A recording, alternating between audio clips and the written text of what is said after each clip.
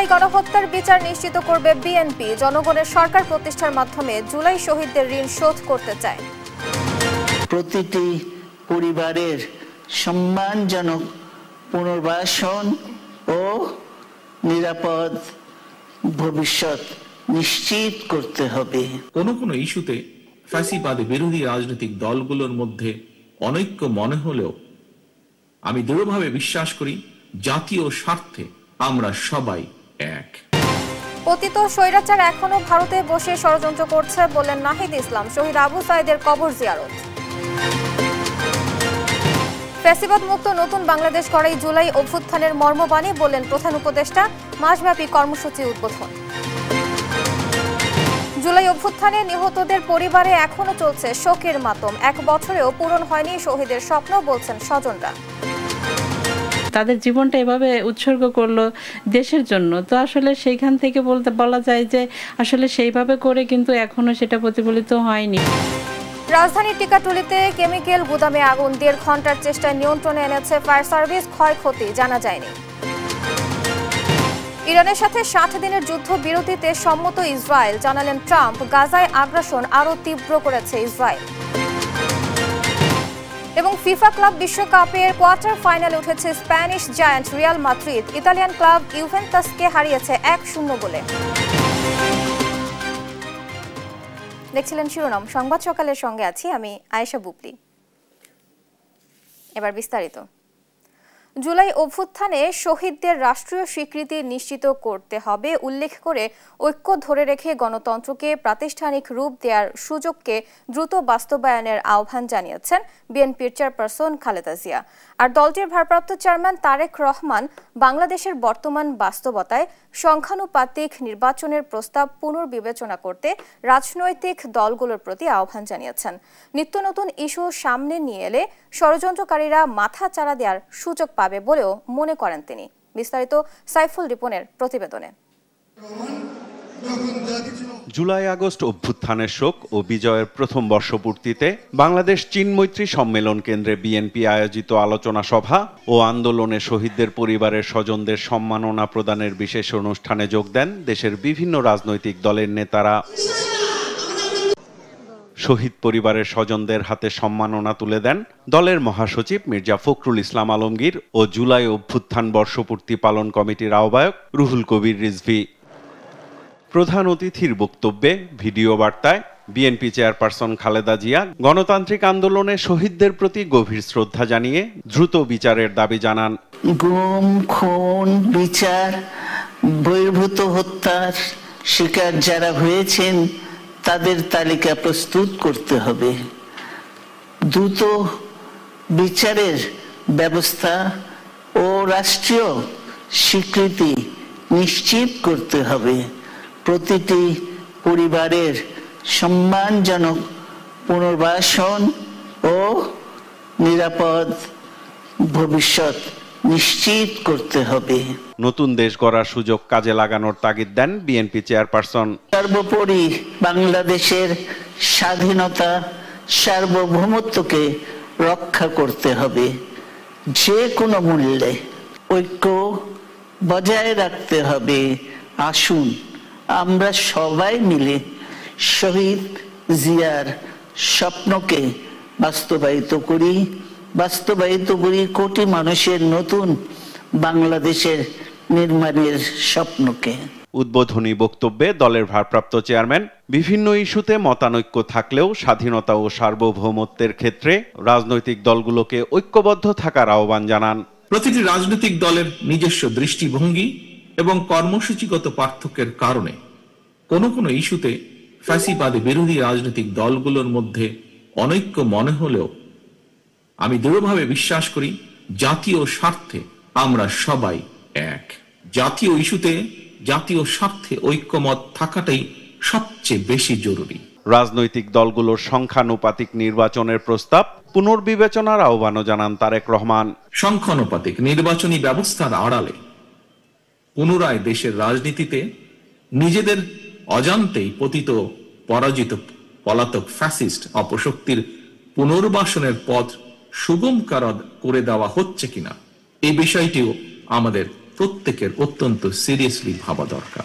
নিত্য নতুন ইস্যু যদি আমরা সামনে নিয়ে আসতে থাকি, এর সুযোগে ষড়যন্ত্রকারীরা আবারও মাথা চাড়া দেওয়ার সুযোগ পাবে। তারেক রহমান বলেন, শর্তের তালিকা না বাড়িয়ে শহীদদের চেতনায় বাংলাদেশকে উপলব্ধি করে প্রতিহিংসা বাদ দিয়ে শহীদদের আকাঙ্ক্ষিত দেশ গড়তে শুরু করতে হবে আলোর প্রতিযোগিতা, ভালোর প্রতিযোগিতা। শহীদদের কাঙ্ক্ষিত বাংলাদেশ প্রতিষ্ঠার জন্য শুরু হোক আলোর প্রতিযোগিতা, শুরু হোক ভালোর প্রতিযোগিতা। সাইফুল রিপন, দেশ টিভি, ঢাকা। রংপুরের পুত্রবধূ নামক কালনাগিনীর বিচার না হওয়া পর্যন্ত আবু সাইদের আত্মা শান্তি পাবে না বলে মন্তব্য করেছেন এনসিপির সদস্য সচিব আখতার হোসেন। সন্ধ্যায় ডিসি মোড়ে পথসভায় একথা বলেন তিনি। এর আগে গাইবান্ধার পথসভায় এনসিপির আহ্বায়ক নাহিদ ইসলাম বলেন, পতিত স্বৈরাচার এখনো ভারতে বসে ষড়যন্ত্র করছে। কেউ যদি মনে করে একটি দলকে সরিয়ে আরেকটি দল ক্ষমতায় বসবে, ছাত্র জনতা তা মেনে নেবে না। রংপুর ও গাইবান্ধা থেকে পাঠানো আলিমুজ্জামান সফওয়ানের রিপোর্ট, জানাচ্ছেন মাহবুব তামিম। মঙ্গলবার দুপুরে এনসিপির আহ্বায়ক নাহিদ ইসলাম ও আখতার হোসেনের নেতৃত্বে জুলাই পদযাত্রায় অংশ নেন শীর্ষস্থানীয় নেতারা। গাইবান্ধার সাদুল্লাপুর উপজেলায় পথসভার মধ্য দিয়ে শুরু হয় আনুষ্ঠানিক কার্যক্রম। পরে গাইবান্ধা শহরের শহীদ মিনার এলাকায় পথসভায় বক্তব্য দেন এনসিপির আহ্বায়ক নাহিদ ইসলাম। বলেন, পতিত স্বৈরাচার এখনো ভারতে বসে ষড়যন্ত্র করছে। কেউ যদি মনে করে একটি দলকে সরিয়ে আরেকটি দল ক্ষমতায় বসবে, ছাত্র জনতা তা মেনে নেবে না। নতুন বাংলাদেশের জন্য যে সংস্কার, রাষ্ট্রের মৌলিক সংস্কারের মধ্য দিয়ে নির্বাচনে যেতে হবে। শুধুমাত্র ক্ষমতার পরিবর্তনের জন্য এক দলকে সরিয়ে আরেক দলকে বসানোর জন্য কেউ রক্ত দেয় নাই, কেউ গণ অভ্যুত্থান করে নাই। এই নতুন বাংলাদেশে আমরা চাঁদাবাজি, দুর্নীতি, লুটপাট, দখলদারিত্বের আর কোনো সুযোগ দিব না। এদিন বিকেলে শহীদ আবু সাইদ চত্বর থেকে রংপুরের পথসভা শুরু করে এনসিপি। এ সময় তারা পদযাত্রা করে রংপুর শহরের বিভিন্ন গুরুত্বপূর্ণ মোড় প্রদক্ষিণ করেন। পরে রংপুরের পথসভা শেষে এনসিপি সদস্য সচিব আখতার হোসেন বলেন, রংপুরের পুত্রবধূ নামক কালনাগিনীর বিচার না হওয়া পর্যন্ত আবু সাইদের আত্মা শান্তি পাবে না। ততক্ষণ পর্যন্ত রংপুরের পুত্রবধূ নামক কালনাগিনী শেখ হাসিনাকে দেশে ফিরিয়ে এলে শাস্তি কার্যকর না করা হবে, ততক্ষণ পর্যন্ত আবু সাইদের আত্মা শান্তি পাবে না। এর আগে সকালে শহীদ আবু সাইদের কবর জিয়ারতের মধ্য দিয়ে আনুষ্ঠানিক পদযাত্রা শুরু করে এনসিপি। মাহবুব তামিম, দেশ টিভি, ঢাকা। সংস্কারবিহীন নির্বাচন জামায়াতে ইসলামী গ্রহণ করবে না বলে জানিয়েছেন দলটির নায়েবে আমির ডক্টর সৈয়দ আব্দুল্লাহ মোহাম্মদ তাহের। বলেন, আগামী নির্বাচন প্রত্যাশা অনুযায়ী না হলে ফের রাস্তায় নামবে মানুষ। জুলাই গণ অভ্যুত্থানের বর্ষপূর্তিতে মাসব্যাপী কর্মসূচির অংশ হিসেবে আন্দোলনে শহীদ ও আহতদের জন্য আয়োজিত দোয়া অনুষ্ঠানে এসব কথা বলেন তিনি। আগামী নির্বাচনে কে ক্ষমতায় যাবে এটা কি নির্ধারিত হয়েছে? তাহলে যারা এটা বলতে চান যে আমরাই যাব, তাহলে বোঝা গেল ওরা হাসিনা মার্কার একটা নির্বাচন করার চিন্তা করতেছে।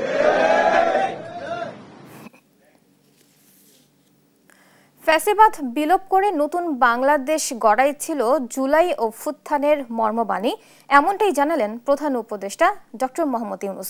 প্রধান উপদেষ্টার তেজগাঁও কার্যালয়ে জুলাই অভ্যুত্থান স্মরণে মাসব্যাপী কর্মসূচি উদ্বোধন করে এই কথা বলেন তিনি। এ সময় ছাত্র, রিকশা চালক, কৃষক, শ্রমিকরা যে উদ্দেশ্যে রাজপথে রক্ত দিয়েছে সে লক্ষ্যে বাস্তবায়নে নতুন শপথ নেওয়ার আহ্বানও জানান প্রধান উপদেষ্টা। ফাহিম ইউসুফের রিপোর্ট। সকল দেশবাসীকে আমার সালাম। জুলাই অভ্যুত্থান স্মরণে মাসব্যাপী কর্মসূচি উদ্বোধন করেন প্রধান উপদেষ্টা অধ্যাপক ডক্টর মোহাম্মদ ইউনূস। মঙ্গলবার সকালে প্রধান উপদেষ্টার কার্যালয়ে জুলাই স্মৃতি উদযাপন অনুষ্ঠানমালা ঘোষণা করা হয়। আগামী 5 আগস্ট পর্যন্ত নিয়মিত বিরতিতে হবে এ অনুষ্ঠানমালা।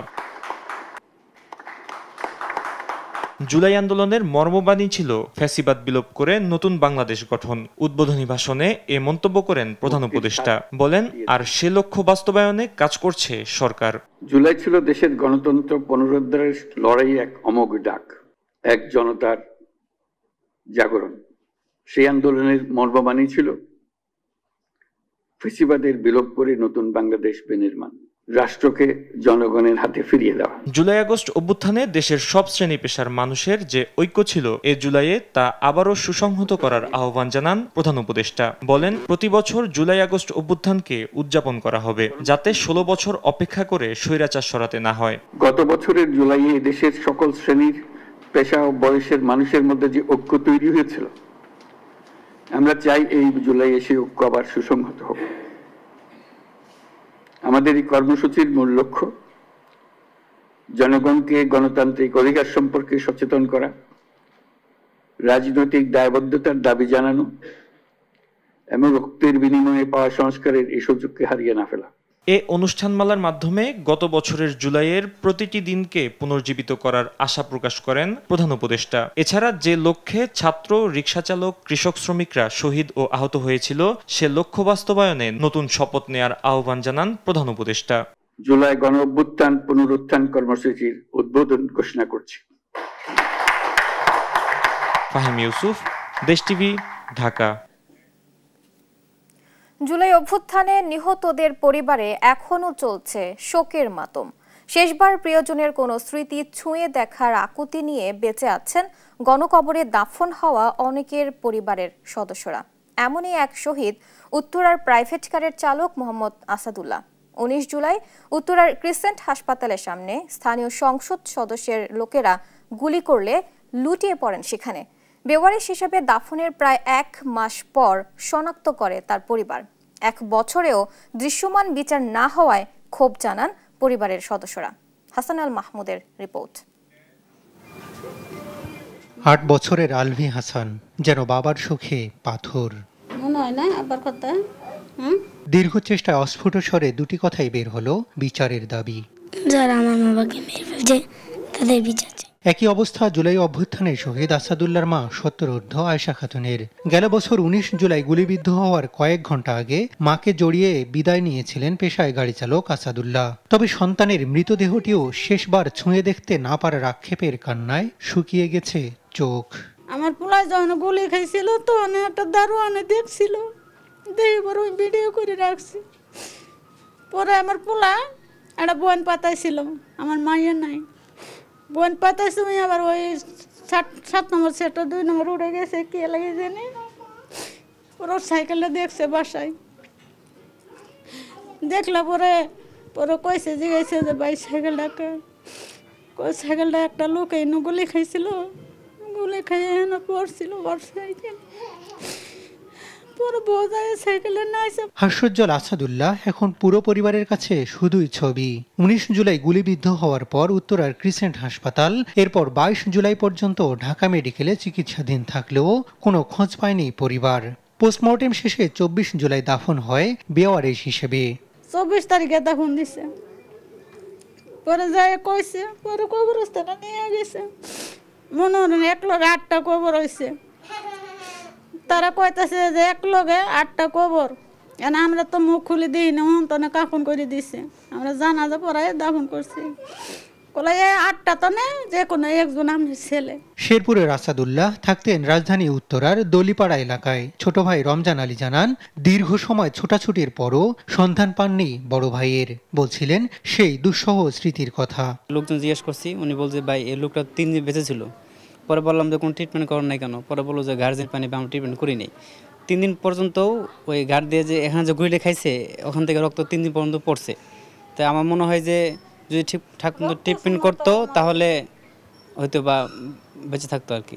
জুলাই পতন করেছে 16 বছরের স্বৈরাচারকে, তবে রমজানরা এখনো খুঁজে ফেরে ভাইয়ের কবর। হাসান আল মাহমুদ, দেশ টিভি, ঢাকা। কোটা বিরোধী আন্দোলন থেকে স্বৈরাচার পতনের 1 দফা। তবে যে আকাঙ্ক্ষা নিয়ে শুরু হয়েছিল জুলাই আন্দোলন, গত 1 বছরেও তা পূরণ হয়নি বলে অভিযোগ করেছেন গণঅভ্যুত্থানে শহীদের স্বজনরা। তারা বলছেন এখনো দূর হয়নি বৈষম্য।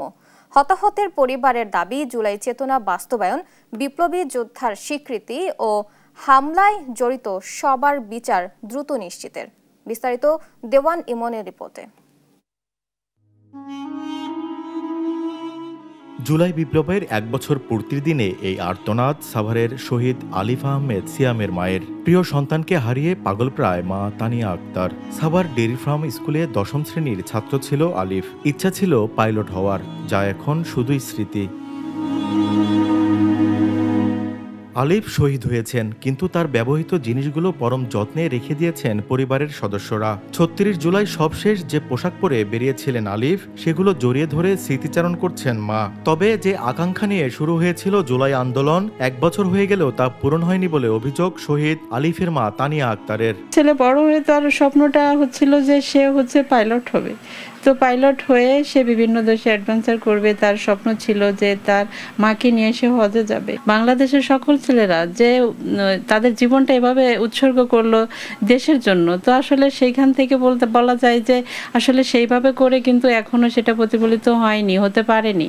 কারণ যতটা হওয়ার কথা ছিল, কোথায় সেই বৈষম্য তো এখনো রয়ে গেছে। জুলাইয়ে আন্দোলনকারীদের উপর নির্বিচারে গুলি চালানো ব্যক্তিরা বুক ফুলিয়ে ঘুরে বেড়ালেও তাদের গ্রেপ্তার না করায় ক্ষোভ প্রকাশ করেন শহীদ আলিফের মা তানিয়া আক্তার। এখনো কি একটা লোককে ধরে দেখাইতে পারেনি? তাদের কাছে কি আদৌ কোনো প্রমাণ নেই? আবু সাইদ যখন মারা গেল তখন তো অজস্র প্রমাণ তাদের কাছে আছে। স্পটে যখন গুলি করতেছিল তাদেরকে কি ধরে দেখিয়েছে যে না আমরা একটাকে ধরে দেখিয়েছি, তার বিচার কার্য শুরু করেছি? অতি দ্রুত তাদের জন্য বিচারের আওতায় এনে সর্বোচ্চ শাস্তির দাবি করব আমি মা হিসাবে। বড় ভাইকে হারিয়ে মায়ের মতো পাগল প্রায় ছোট বোন ইস্তাত জাহান লামহাও। সরকারের কাছে তারও একটাই চাওয়া, ভাই হত্যার বিচার। জানি আমার ভাইকে আমি দেখতে না পেলে আমার ভাইয়া সবসময় আমার সাথে আছে, সে আমাকে এখনো ভালোবাসে। আমি তাকে দেখতে পাই না ঠিকই, কিন্তু সে সবসময় আমার আশেপাশে থাকে, আমি সেটা অনুভব করতে পারি।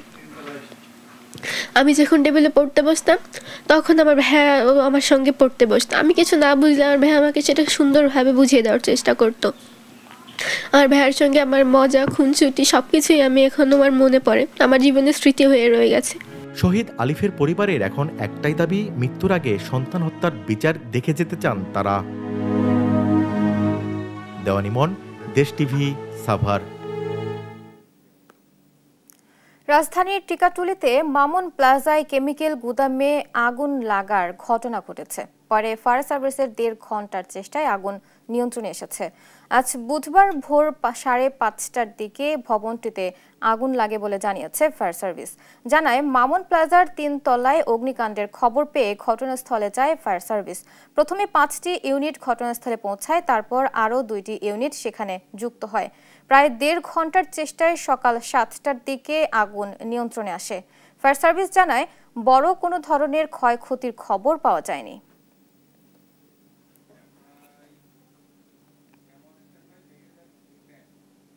দেখছেন সংবাদ সকাল।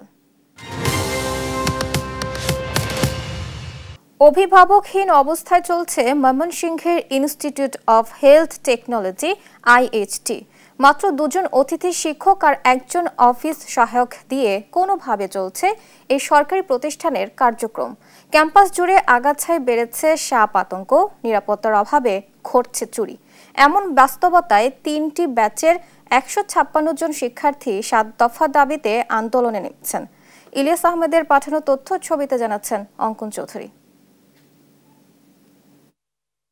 প্রায় 41 কোটি টাকা ব্যয়ে 2022 সালে ময়মনসিংহের মাসকান্দায় নির্মিত হয় institute of health technology IHT। রয়েছে 4 তলা একাডেমিক ভবন, আবাসিক হল ও কর্মকর্তা কর্মচারীদের আবাসন। কিন্তু 2 বছরেও এখনো নিয়োগ হয়নি একজন পূর্ণাঙ্গ শিক্ষক বা কর্মকর্তা। ফলে শিক্ষার্থীদের পড়াশোনা যেমন ব্যাহত হচ্ছে, তেমনি অব্যবহত ক্যাম্পাস জঙ্গলে পরিণত হয়েছে। এতে জানলার গ্রিল কেটে চুরি হচ্ছে যন্ত্রাংশ, ব্যবহারিক ক্লাসের জন্য বরাদ্দ উপকরণও পড়ে আছে পকেটবন্দিভাবে। এই অবস্থায় ভবিষ্যতের অনিশ্চয়তায় ভুগছে শিক্ষার্থীরা। আমরা কোনো সিকিউরিটি পাচ্ছি না, না আছে আমাদের কোনো ক্লাস হচ্ছে, কোনো শিক্ষক নেই আমাদের। তো সরকার, রাষ্ট্রের কাছে আমাদের একটাই কথা, যদি আমাদের ক্লাসই না হয়, কোনো শিক্ষকই না হয়, তাহলে প্রতিষ্ঠান কেন করছে? 22টা ক্যাম্পাস যেভাবে চলে, সরকারি 22টা ক্যাম্পাস হয় ওইভাবে চলবো, না হলে তালা লাগাই দেখ আমাদেরকে অন্য 5 জন 20 জন করে অন্য IHT-তে ট্রান্সফার করে দেখ। 3-4 বছর পর আমাদের কোর্সের মেয়াদই শেষ হয়ে যাবে। এখন আমরা ফার্স্ট ইয়ারে শেষ করতে পারিনি, তো সেক্ষেত্রে আমাদের ভবিষ্যৎ অনেক অন্ধকার। এখন পর্যন্ত এখানে কোনো শিক্ষক তো নাই, কোনো অধ্যক্ষও নাই, আমাদের কোনো ক্লাস তো হয় না, এমনকি পর্যাপ্ত নিরাপত্তার ব্যবস্থা নাই। আমাদের ভবিষ্যৎ কোথায়? আমরা এত স্বপ্ন এত আশা নিয়ে যে আমরা ভর্তি হলাম, সেই আশা কি আমাদের বৃথা যাবে? শিক্ষক সংকটের পাশাপাশি উপকরণ না থাকায় শিক্ষার্থীরা ব্যবহারিক ক্লাসে পিছিয়ে পড়ছেন বলে জানান সহকারী অধ্যাপক। শিক্ষক নিয়োগ করা হোক, আর হলো যে ব্যবহারিক যেটা সেটা সেরকম ব্যবস্থা নেওয়া হোক। যে ময়মনসিংহ মেডিকেল কলেজে যদি স্টুডেন্টদেরকে নিয়ে যে দেখানো হয় প্র্যাকটিক্যালি, সেটাও একটা ওরকম ব্যবস্থা নেওয়া হোক, সেটাও আমি চাই। শিক্ষার্থীদের অনিশ্চিত জীবন রুখতে সরকারি একমাত্র ভরসা বলে জানান সাবেকই অধ্যক্ষ। আমি মনে করি সরকারেরই অনেক দায়িত্ব তাদের হাতে, তাদের সিকিউরিটি, তারা এখানে ভর্তি হয়েছে। অনিশ্চয়তা থেকে অচিরেই আশা করি যে গভর্নমেন্ট তাদেরকে মুক্তি দেবে। দ্রুত শিক্ষক নিয়োগ সহ সংকট নিরসনে উদ্যোগ দেখতে চান শিক্ষার্থীরা। নিউজ ডেস্ক, দেশ টিভি। পানি বাড়ার সাথে সাথে কুষ্টিয়ার পদ্মা নদীতে দেখা দিয়েছে তীব্র ভাঙন। পদ্মার আগ্রাসী রূপে প্রতিনিয়তই বিলীন হচ্ছে শত শত বিঘা ফসলি জমি। হুমকির মুখে পড়েছে বসতভিটা, শিক্ষা প্রতিষ্ঠান, সরকারি বেসরকারি বিভিন্ন স্থাপনা। চরম আতঙ্কে আর অনিশ্চয়তায় দিন কাটাচ্ছে নদী পাড়ের মানুষ। শেষ সম্বলটুকু বাঁচাতে মানববন্ধন সহ বিভিন্ন কর্মসূচি করেও মিলছে না কোনো প্রতিকার। তবে পানি উন্নয়ন বোর্ডের কর্মকর্তারা বলছেন, ভাঙন প্রতিরোধে দ্রুতই নেওয়া হবে ব্যবস্থা। ইরফান রানার ক্যামেরায় নাহিদ হাসান তিতাসের রিপোর্ট। গত এক সপ্তাহ ধরে পানি বাড়ার সাথে সাথে কুষ্টিয়ার ভেড়ামারা উপজেলার বাহিরচর ইউনিয়নের 6 কিলোমিটার এলাকায় পদ্মা নদীতে দেখা দিয়েছে তীব্র ভাঙন। প্রতিনিয়তই নদীগর্ভে বিলীন হচ্ছে শত শত বিঘা ফসলি জমি। হুমকির মুখে পড়েছে বসতভিটা, শিক্ষা প্রতিষ্ঠান সহ সরকারি বেসরকারি বিভিন্ন স্থাপনা। শেষ সম্বলটুকু হারানোর ভয়ে চরম আতঙ্ক আর অনিশ্চয়তায় দিন কাটাচ্ছে নদীপাড়ের মানুষ। মাঠা জমি জায়গা তো সবই ভাঙি চলে গিয়েছে। এখন যেটুক আছে বাড়ির আসে, ওই বাড়িটুকুতে তখন ভাঙি চলে যায়। তখন ধন সকলি বেটা সকলি কোন জায়গায় দেয় নুকাবো, মাথা দেবো এখন আমরা। 7-8 হাজার মানুষের বসবাস এই 5-7 গ্রামের। এই গ্রামের মানুষ যদি আপাতত এই আগামী 7 দিনের ভিতরে জিও ব্যাগ দিয়ে এই ভাঙন প্রতিরোধ করতে হবে। আমি সপ্তাহ চলে গেছে, শুধু বসত বাড়িটুকু আছে, এটুকু বাঁচানোর জন্য আমরা মানববন্ধনে এখানে দাঁড়াইছি। কৃষি প্রধান এই অঞ্চলের অধিকাংশ ফসলি জমি বিলীন হয়েছে নদীগর্ভে। ভিটে বাড়িও পড়েছে পদ্মার আগ্রাসনের মুখে। শেষ সম্বলটুকু বাঁচাতে মানববন্ধন সহ বিভিন্ন কর্মসূচি করেও মিলছে না কোনো প্রতিকার। তাই নদী ভাঙন রোধে সরকারের কাছে দ্রুত ব্যবস্থা নেওয়ার দাবি তাদের। যে জমি জায়গা ছিল সব নদীগর্ভে চলে গেছে, এখন ভিটেটুকু আসছে, সে ভিটেটুকুর আশায় টিকায় রাখার জন্য এ সরকারকে আমরা বর্তমান সরকারকে বলছি যে আপনার আকুল আবেদন, আপনি আমাদের দিকে একটু চান। আমাদের আবাদি জমি তো সব ভেঙে গেছে, এখন শুধু বাড়িটুকু আছে। তো যদি এক সপ্তাহের ভিতরে যদি এই বাধার ব্যবস্থা না করে, জিও ব্যাগ যদি না দেয়, ইউনো মহোদয় ছাড়া তো আমাদের আর কোনো উপায় নাই। পানি উন্নয়ন বোর্ডের কর্মকর্তারা বলছেন, ইতিমধ্যেই ভাঙন কবলিত এলাকা পরিদর্শন করে ঊর্ধ্বতন কর্তৃপক্ষকে অবহিত করেছেন তারা। অনুমতি পেলেই শুরু হবে কাজ। স্থানগুলো ইতিপূর্বে চিহ্নিত করছি এবং এই বিষয়ে আমরা জরুরি পদক্ষেপ গ্রহণ করার জন্য ঊর্ধ্বতন কর্তৃপক্ষের কাছে এই বিষয়ে আমরা আসলে পত্র প্রেরণ করছি এবং ঊর্ধ্বতন কর্তৃপক্ষের অনুমতি পেলে আমরা এই কাজগুলো বাস্তবায়ন করব। ঊর্ধ্বতন কর্তৃপক্ষের অনুমতি পেলে সমস্ত প্রকার প্রসিডিউর মেনটেন করে আমরা 1 বা 2 দিনের মধ্যে কাজ শুরু করতে পারব। শুধু আশ্বাস নয়, পদ্মার ভাঙন রোধে দ্রুতই পদক্ষেপ নেবে সরকার, এমনটাই প্রত্যাশা নদীপাড়ের মানুষের। নাহিদ হাসান তিতাস, দেশ টিভি, কুষ্টিয়া। দেখছেন সংবাদ সকাল। যুক্তরাষ্ট্রের দেয়া গাজায় 7 দিনের যুদ্ধবিরতির শর্তে সম্মতি জানিয়েছে ইসরায়েল। বুধবার সামাজিক যোগাযোগ মাধ্যম ট্রুথ সোশ্যালে এ তথ্যটি নিশ্চিত করেন ডোনাল্ড ট্রাম্প। যুদ্ধ স্থায়ীভাবে বন্ধে ওয়াশিংটন সব পক্ষের সঙ্গে কাজ করবে বলে জানান তিনি। আবার হামাস এ প্রস্তাবে রাজি না হলে গাজাকে ধুলোর সঙ্গে মিশিয়ে দেয়া হবে বলে জানিয়েছে ইসরায়েল। এদিকে গাজা ইসরায়েল যুদ্ধ বন্ধে জাতিসংঘ নিরাপত্তা পরিষদে রাষ্ট্রীয়করণের উপর জোর দিয়েছে চীন। আরবিদ আফসারের রিপোর্ট। গাজার উত্তরাঞ্চলের অদূরে ইসরায়েলি প্রতিরক্ষা বাহিনী আইডিএফ এর বিমান হামলায় উঠছে বিশাল ধোঁয়ার কুণ্ডলী। বিধ্বস্ত হয়েছে অনেক বাড়িঘর, প্রাণ হারিয়েছেন অনেকেই। আবার উপত্যকার গাজা শহর, খান ইউনিস ও রাফায় সামরিক বাহিনীর উপস্থিতি বাড়াতে গাজার বুকে ছুটে চলছে ইসরায়েলি ট্যাঙ্কসহ নানা সামরিক যান। এমন পরিস্থিতির মাঝেই গাজায় ৬০ দিনের যুদ্ধবিরতির শর্তে সম্মতি জানিয়েছে ইসরায়েল। সামাজিক যোগাযোগ মাধ্যম ট্রুথ সোশ্যালে বুধবারে তথ্যটি নিশ্চিত করেছেন ডোনাল্ড ট্রাম্প। তবে যুদ্ধবিরতির প্রকৃতি নিয়ে কিছু জানাননি তিনি। ইসরায়েলি প্রধানমন্ত্রী নেতানিয়াহুর হোয়াইট হাউস সফরের ঠিক আগের দিনই এমন ঘোষণা দেন মার্কিন প্রেসিডেন্ট। যুদ্ধ স্থায়ীভাবে বন্ধে ওয়াশিংটন সব পক্ষের সঙ্গে কাজ করবে বলে সামাজিক যোগাযোগ মাধ্যমে জানিয়েছেন ট্রাম্প। একই সঙ্গে ফিলিস্তিনের স্বাধীনতাকামী সংগঠন হামাস প্রস্তাবটি মেনে না নিলে খারাপ হবেও বলে হুঁশিয়ারি দেন তিনি। আবার ইসরায়েলি উচ্চপদস্থ কর্মকর্তাদের বরাতে যুক্তরাষ্ট্রের এক্সিওস গণমাধ্যম বলছে, হামাস এ প্রস্তাবে রাজি না হলে গাজাকে ধুলোর সঙ্গে মিশিয়ে দেয়া হবে। সেই সঙ্গে উপত্যকায় সামরিক অভিযান আরও তীব্র করার হুঁশিয়ারি দিয়েছে ইসরায়েল। এদিকে গাজা ইসরায়েল যুদ্ধ ইস্যুতে দ্বিরাষ্ট্রীয়করণের উপর জোর দিয়েছে জাতিসংঘে নিযুক্ত চীনা প্রতিনিধি ফু ওয়াং। জাতিসংঘের নিরাপত্তা পরিষদে কথা জানান তিনি। মধ্যপ্রাচ্য সমস্যার কেন্দ্রবিন্দুতে গাজা ইসরায়েল ইস্যু বিদ্যমান। উভয় পক্ষের যুদ্ধ নিরসনে দ্বিরাষ্ট্রীয় সমাধান বাস্তবায়নই একমাত্র পথ। আন্তর্জাতিক সম্প্রদায়ের ঐক্য জোরদার করার পাশাপাশি যৌথভাবে দ্বিরাষ্ট্রীয় সমাধানের রাজনৈতিক প্রক্রিয়া এগিয়ে নেওয়ার জন্য সমর্থন ও গ্যারান্টি প্রদানের আহ্বান জানাচ্ছি। এমন পরিস্থিতিতে হামাস আদৌ ট্রাম্পের দেয়া যুদ্ধবিরতির প্রস্তাব মেনে নেবে কিনা এ নিয়ে এখনো কিছু জানায়নি স্বাধীনতাকামী সংগঠনটি। আরবেদ আফসার, নিউজ ডেস্ক, দেশ টিভি। দেখছেন সংবাদ সকাল।